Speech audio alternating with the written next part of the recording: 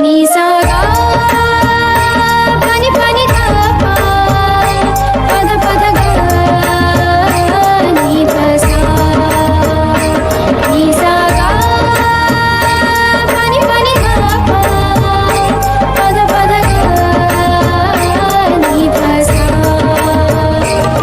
ही गाथा अस्तित्वाची शौर्याची पराक्रमाची ही गाथा अस्तित्वाची शौर्याची पराक्रमाची या मातीमधल्या कणाकणातील मौल्यवान रत्नांची या मातीमधल्या कणाकणातील मौल्यवान रत्नांची कर्तृत्व इथे गगनाला भिडे परिमोल जाणून ठेवू व्यक्तिविशेष नमस्कार, मी Ratnamala Suryavanshi, radio MPSC Guru spreading the knowledge powered by spectrum academy मध्ये आपले सर्वांचे स्वागत करते. विद्यार्थी मित्रांनो, आज आपण व्यक्तिविशेष या सत्रांतर्गत जाणून घेणार आहोत चिंतामणी त्र्यंबक खानोलकर उर्फ आरती प्रभू यांच्या जीवनकार्याविषयी. विद्यार्थी मित्रांनो, चिंतामणी त्र्यंबक खानोलकर यांचा जन्म वेगुर्ला तालुक्यातील बागलांची राई तंडोली येथे झाला. त्यांच्या शिक्षणाची सुरुवात 1936 साली वेगुर्ले येथून झाली. इसवी सन 1937 साली खानोलकर कुटुंब वेगुर्ला सोडून सावंतवाडी येथे आले. सुरुवातीला त्यांच्या वडिलांचं भुसारी मालाचं दुकान होतं, पण ते वर्षभरात बंद केलं आणि शांतिनिवास नावाची खानावळ सुरू केली. सावंतवाडी येथील कळसुळकर हायस्कूलमध्ये त्यांनी इंग्रजी 1ली ते इंग्रजी 4थी पर्यंतचे शिक्षण घेतलं. इसवी सन 1945 पर्यंत खानोलकर कुटुंब सावंतवाडीमध्ये राहत होते. सावंतवाडी सोडण्यापूर्वी 1 वर्ष त्यांनी खानावळ कविवर्य मंगेश पाडगावकर यांच्या घरासमोरील एका जागेत होती.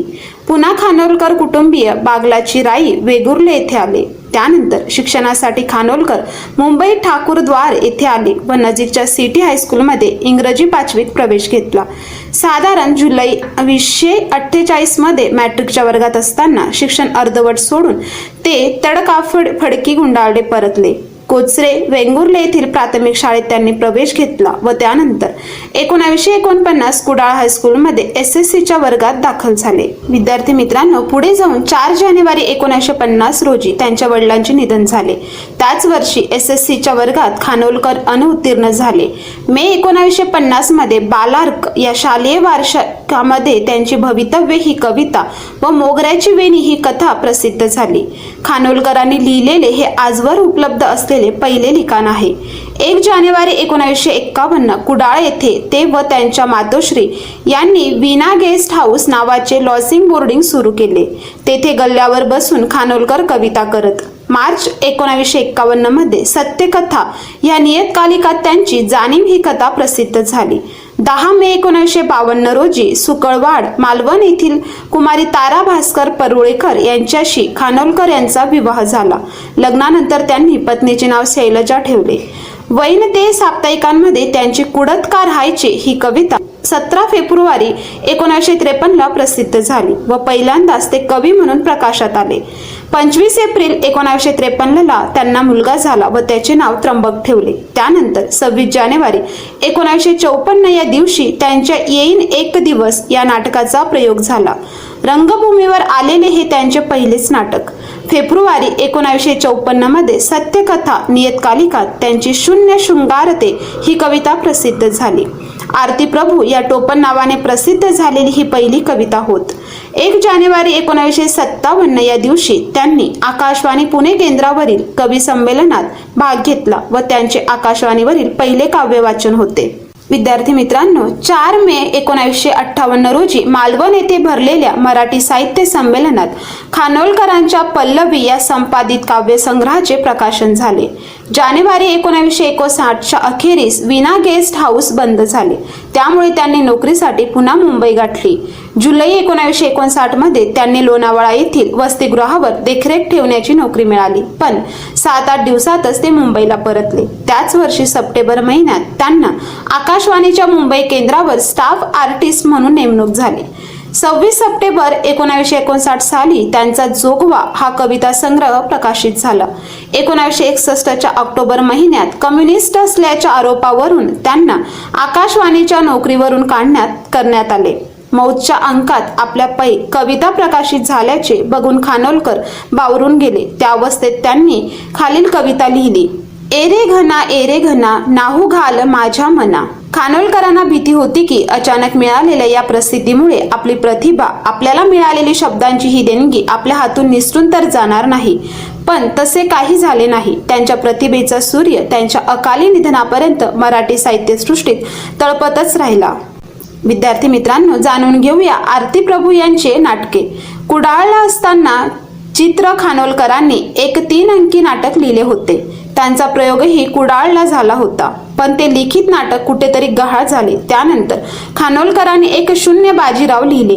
ते रंगायनने विल्सन कॉलेजच्या रंगमंचावर सादर केले आणि प्रेक्षकांना आवडले. नाटकाच्या दिग्दर्शिका विजय मेहता होत्या.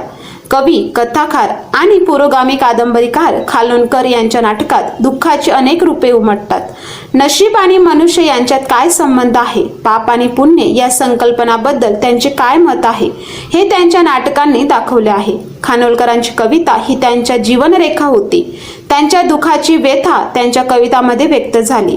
त्याला कदाचित तत्वज्ञान म्हणून दुःख पाहण्याचे सामर्थ्य दिले गेले होते. केवळ दुःखाकडे तटस्थपणे पाहून दुःख स्वीकारण्यापेक्षा अपरिहार्यतेमुळे कवी, कथाकार आणि कादंबरीकार म्हणून नावलौकिक मिळवलेल्या खानोलकर यांनी बरीच काळानंतर नाटकं लिहिण्यास सुरुवात केली. विद्यार्थी मित्रांनो, 1966 मध्ये त्यांचे प्रसिद्ध नाटक 10 बाजीराव रंगमंचावर आले आणि ते पुस्तक स्वरूपातही दिसले. अनेक रंग आणि शैली स्वीकारणारे बाजीराव स्वतःला बऱ्याच रूपात प्रकट करतो. कधी तो विदूषकाच्या शैलीत उभा राहतो, तर कधी भागवतकार, कथाकार किंवा कीर्तनकाराच्या शैलीत दिसतो. कधी कधी तो सर्कस विदूषक कलाबाजी करतो. आपल्या अंगाच्या अभिव्यक्तीसह त्याचा हेतू समृद्ध करतो आणि कधी कधी एकल नाटक सुरू करतो.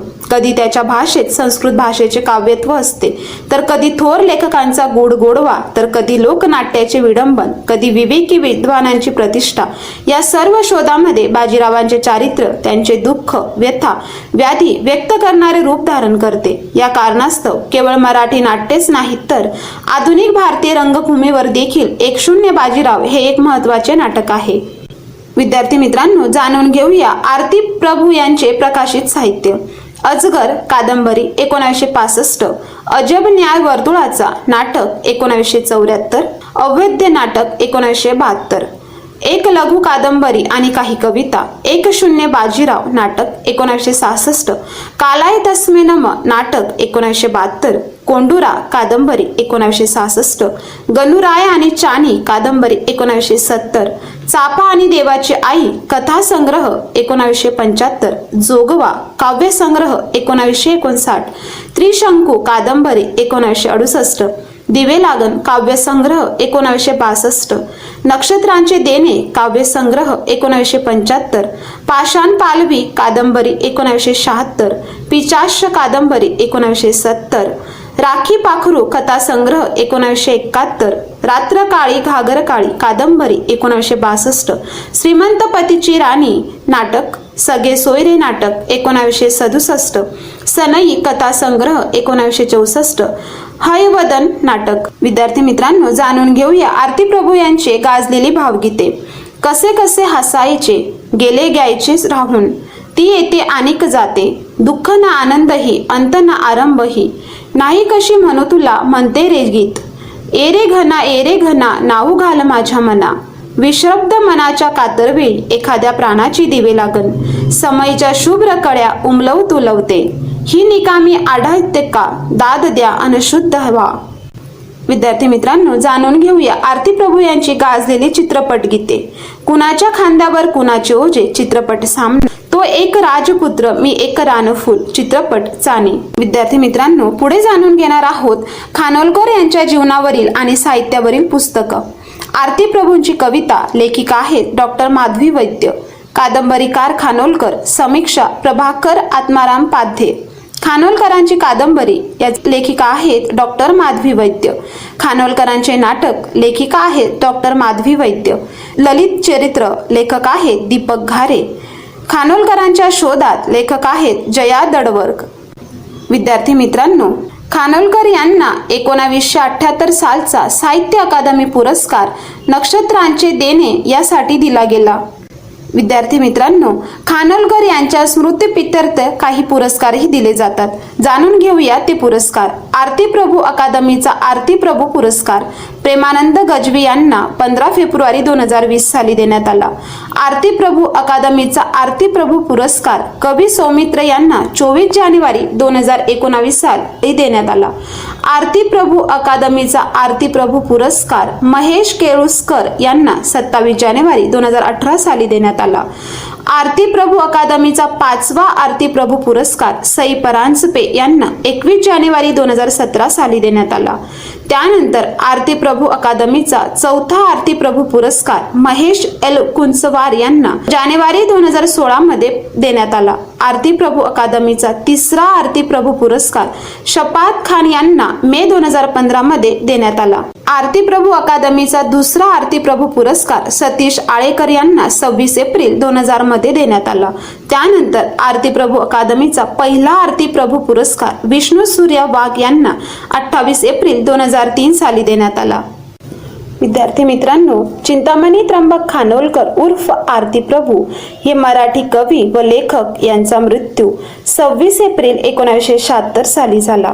विद्यार्थी मित्रांनो, अशा प्रकारे आज आपण व्यक्तिविशेष या सत्रांतर्गत चिंतामणी त्र्यंबक खानोलकर उर्फ आरती प्रभू यांच्या जीवन कार्याविषयी थोडक्यात जाणून घेतलं. तर आता आपण इथेच थांबूया. तोपर्यंत तुम्ही ऐकत राहा radio MPSC Guru, spreading the knowledge, powered by spectrum academy. धन्यवाद. कंपनी सुरू केली होती. ती आज जगातील सर्वात प्रभावशाली आणि महाबलाढ्य सॉफ्टवेअर कंपन्यांमध्ये गणली